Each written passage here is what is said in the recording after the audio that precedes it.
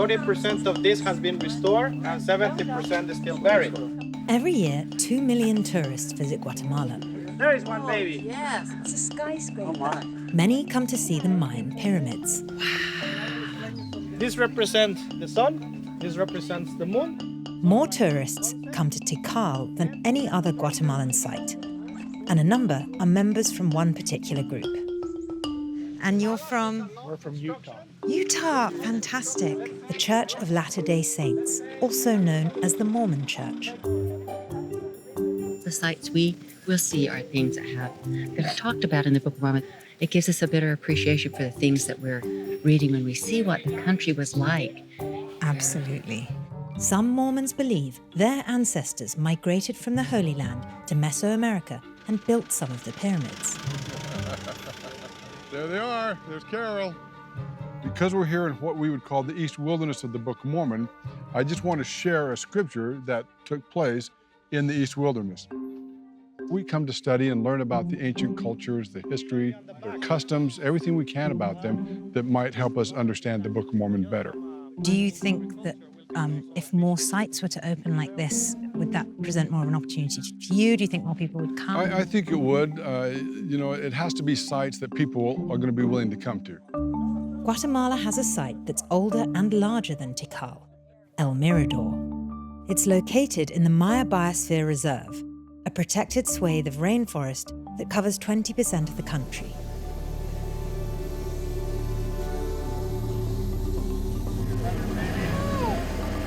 I feel very lucky that we're not doing a 2-day hike.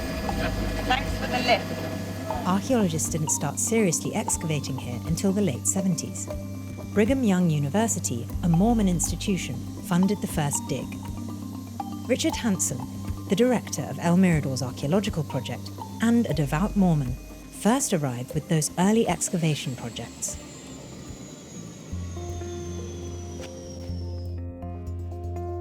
It's very peaceful. This is a house, a late classic house. Here's the walls.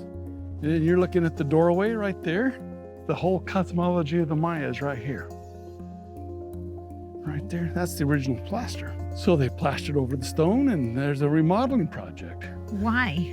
Because it wasn't trendy anymore. Well, I'm convinced that whenever there's a remodeling project, there's a woman involved.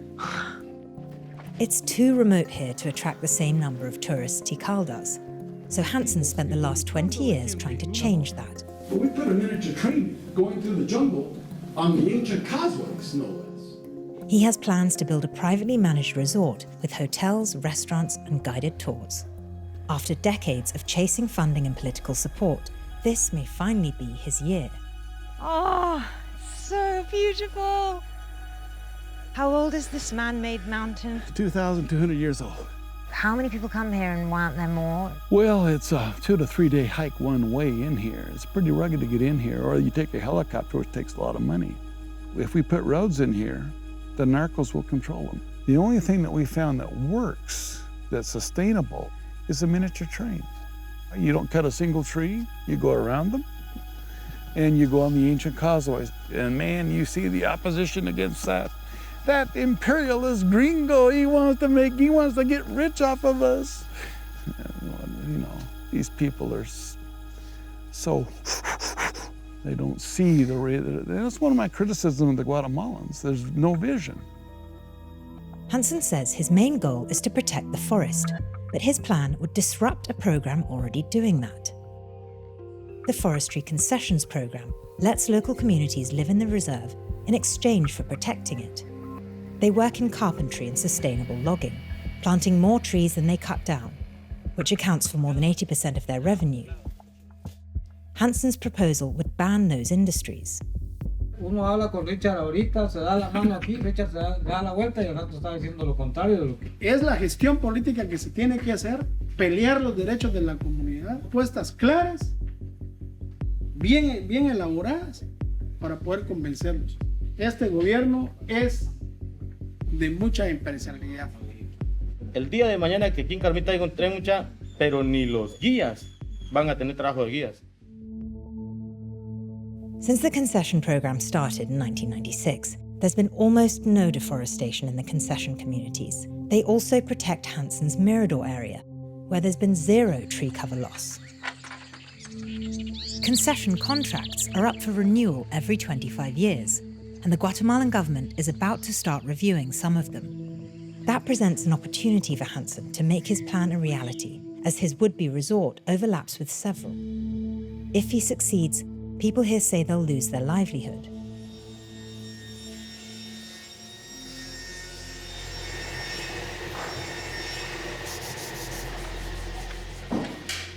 What does the name Richard Hansen mean to you and the community? Es un tema aquí bien algo complicado. Habla de que él es el que beneficia a toda la comunidad y en realidad pues es una gran mentira. Que quiere que dejar a las comunidades afuera y como que solo contratarnos como empleados, ya no como protagonistas del proceso. Bueno, yo aquí nací y si no, no los cuidamos, nosotros como comunitarios tendríamos que salir al área central y sería un total desastre. We're having some unexpected visitors, we being the Vice News crew. Hansen threw us the curveball, really, that he'd also invited Guatemalan congressmen to join our tour. Ustedes son los dueños de una joya incomparable. Ok, ven para acá, porfa. Es barato, el trencito es barato. No es gran cosa, pero simple y se puede controlar. Turismo. Lleva avanzado. Bueno, hemos tocado muchas puertas para ver si hay interés, pero nadie quiere ponerlo si van a continuar las concesiones. Imagínense la bomba para el gobierno. Y ustedes, si ustedes forman el primer santuario cultural y natural en toda América Latina. Hansen needs to change Guatemalan law to reclassify El Mirador from a national park to a wilderness area, to ban logging and allow private development so he can build his resort. Cultivating relationships with these Guatemalan congressmen gets him one step closer to that goal. Bienvenido, bienvenido. Qué bueno. Felicitaciones. Qué bueno. Mire, lo raro es que suben todos juntos y se mueren todos juntos. Vamos a hacer una pequeña oración, pero estamos acá de todo lo que esto puede traer de recursos, de todo tipo de gente que venga, turismo. Hay mucho que ver, mucho que ver. I've been talking for 40 years about the importance of conservation, but now it's gratifying to see that they listen to the message. We don't want to do away with the concessions. They're functioning. They've served to slow down deforestation. Let's keep those concessions there. And We what support about the concession model. But this tree would be worth more standing than it would be cut. That's the difference. The key, so it's said, to the success of the concessions is they have a long-term stake in this thing. They're not just employed by somebody. Can you match or better that sort of stake for the local people? Of course, because the tourism can generate so much more money than the logging can.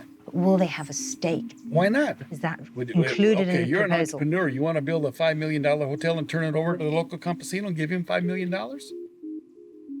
That doesn't work in the real world. An accusation, another one that people are throwing around, that for better or for worse, your faith as a member of the LDS is somehow fundamental to your vision.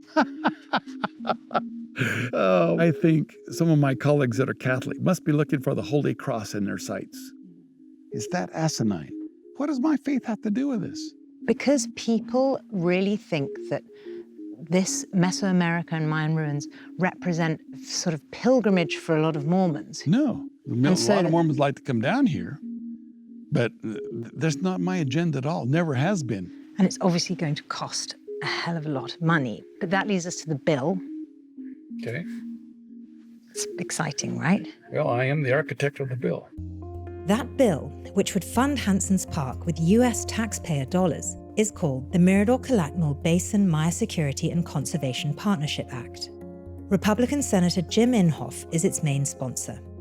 a passionate anti-environmentalist, he isn't interested in saving the forest. We keep hearing that 2014 has been the warmest year on record. You know what this is?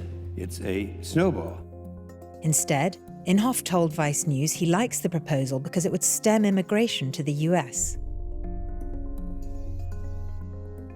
That's 60 million in the bill. Right. Would help kickstart this and would get things running. Exactly. Now, that 60 million also opens up another 60 million from the BCIE bank. So it would be matched. So we would have 120 million. $120 million. But that money would go to the government to do the infrastructure they need to do to make things happen. In the meantime, with the other 60 million, we know exactly what we're doing. The US Senate bill has worried many Guatemalans who are against Hansen's plan. He goes to the United States to be the figure representing a national problem, and he just reflecting his own ideas. Groups like the Guatemalan Archaeological Association have partnered with the concession communities to lobby the Guatemalan government to stop Hansen's plan. All Guatemalan archaeologists are very concerned that, unlikely most archaeologists, he has not published many of his interpretations and data. And he has devoted a lot of time in matters outside archaeology: tourism, community development, marketing, even engineering. Hansen told Vice News he has 83 peer-reviewed publications, but several archaeologists who analysed his CV for us say it's actually a fraction of that. As a Guatemalan archaeologist, how does it feel?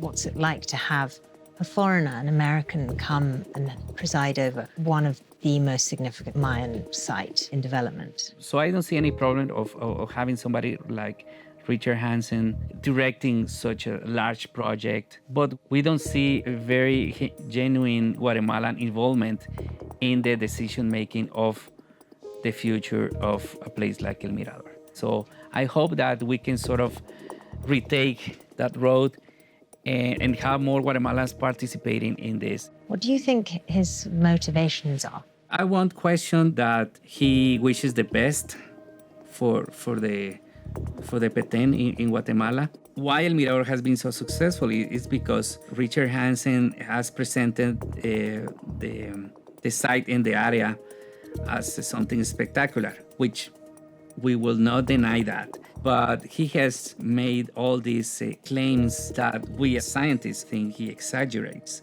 The largest pyramid in the world, the oldest state in the Americas. Then when you start using the information then you start becoming something else and not an archaeologist. Why do you think other archaeologists are coming out and speaking out against you? Because they're trying to stop this. Why? They think this is their idea. Hansen became famous, which is because of the sites. Yeah. Therefore, if I take over the site, I'll be famous. We're changing the entire destiny of a country positively. Greater economic impact and greater conservation. Logging in a tropical forest is not sustainable. Now, everyone involved with the concession system, from the government to the implementing bodies to the data organizations, swear blind that concession logging here is sustainable. If this is world-renowned organizations providing this data, then who can we trust? I agree. It's disheartening. You're really saying that there's a lot of disinformation? Of course. It's astonishing because it's almost on an institutional level. In the end, it may not matter who is spreading the misinformation. Guatemala's new president has already expressed interest in Hansen's proposal. That, combined with the expiring concession contracts and growing US and Guatemalan congressional support, means that after 20 years, Hansen might just get the park of his dreams. Nuestro objetivo es aumentar la prosperidad, incrementar la conservación y mejorar el mundo.